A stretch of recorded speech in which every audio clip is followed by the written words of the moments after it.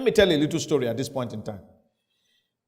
I had this shirt. I love the shirt a lot, but there was this young man whom I had seen at some point in time, and I felt that he needed to dress well. So I gave him this shirt.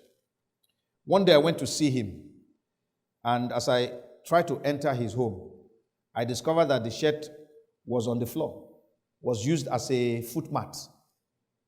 Can you imagine how I felt? I couldn't imagine it.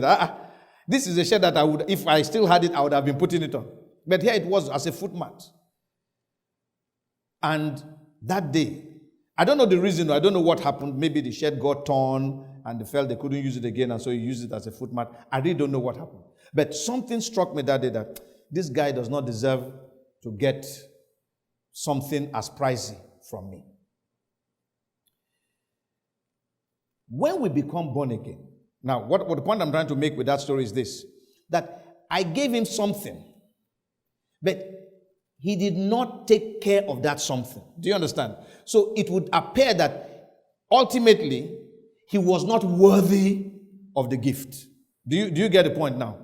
There's a difference between somebody who is not worthy at all, that you give something to, but he protects it, and somebody who is still not worthy, you give him and he still is unworthy. So that's the point that we're trying to draw out here. That it is possible, in fact, not as possible. The Bible says all have sinned.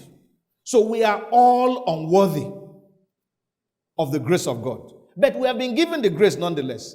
Yet there are some people who remain unworthy. And there are a few people, like we have in Sardis, who became worthy. And the Lord said, they will walk with me in white.